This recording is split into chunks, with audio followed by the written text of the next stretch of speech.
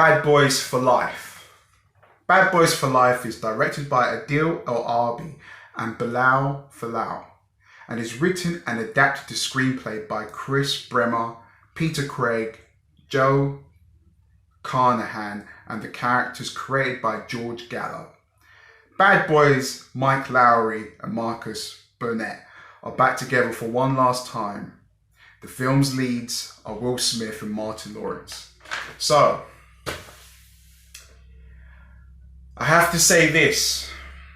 I went in, I watched Bad Boys for Life, I came out, and I thoroughly enjoyed my experience. Now, based on the Bad Boys franchise and the Bad Boys saga, I decided that it had been a very long time since I had watched the originals, the first and the second film.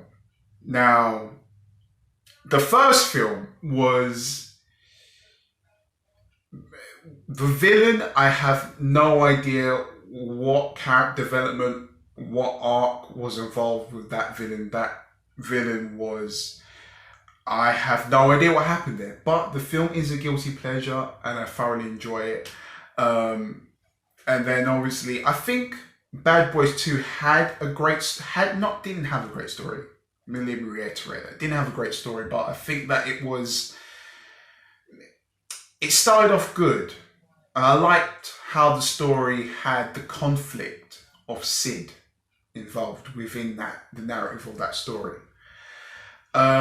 Which was a little bit more entertaining in the second film. Again, the villain was kind of like subpar, to say the least. But Bad Boys for Life, I really did believe, and my expectations were set very low for this film going into it. I think amongst most film fans, I think we kind of know that January is the dumping ground for films. And this just wasn't the case. It feels like this was meant to be a summer film, but it ended up being in January slate, in a weird way.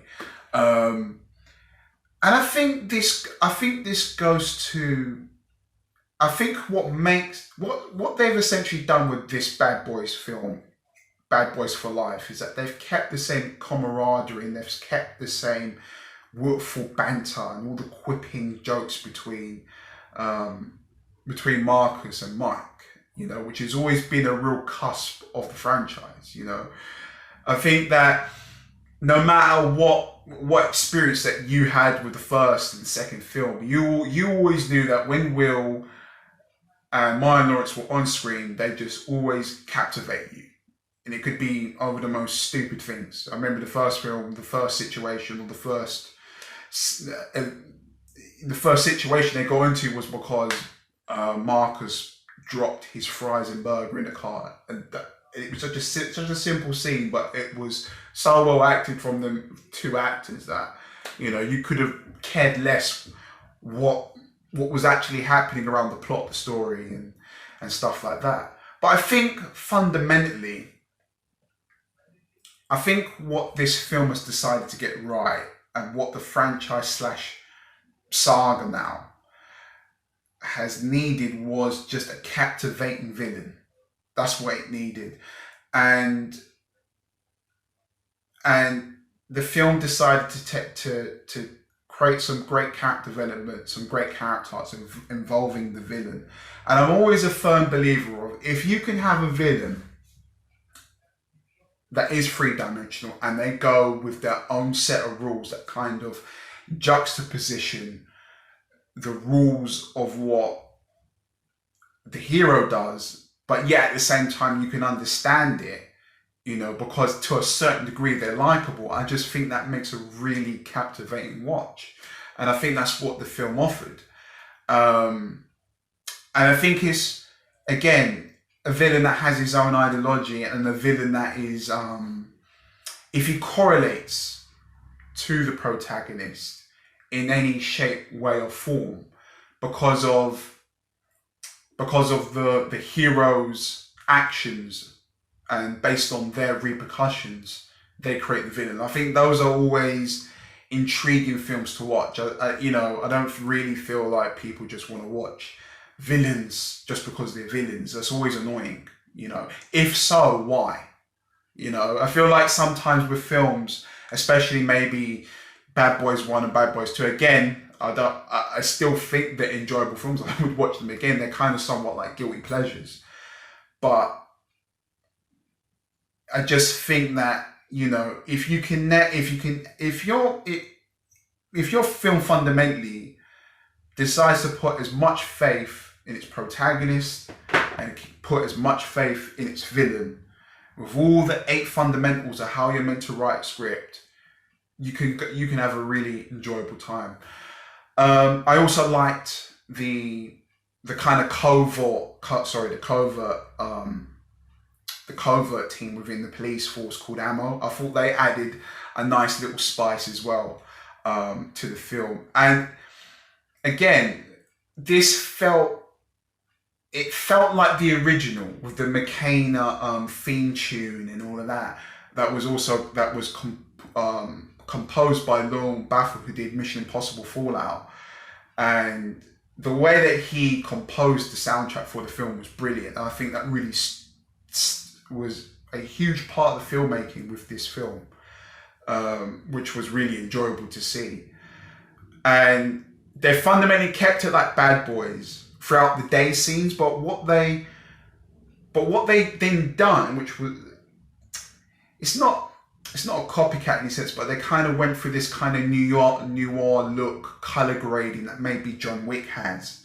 And you can see from John Wick, the color grading and the palette of that film is kind of transcended into other action films now. And it gave the film a good aesthetic look, I must say. Other than that, there was only 2 moments in Bad Boys for Life that I looked at and I thought to myself, okay, I think sometimes the scenes between Marcus and Mike, they feel a little bit forced. And I think that just from what I understand, correct me if I'm wrong, this is the director's first time directing? It felt like the lines were too pushed sometimes, you know. I felt sometimes the lines could have been it could have been about, you know, I think quantity. I think it could have been about quality, not quantity all the time.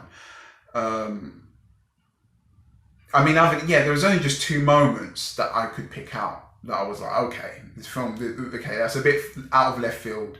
And obviously there's some good cameos that come back into the film if you've been a fan of the franchise from the very beginning.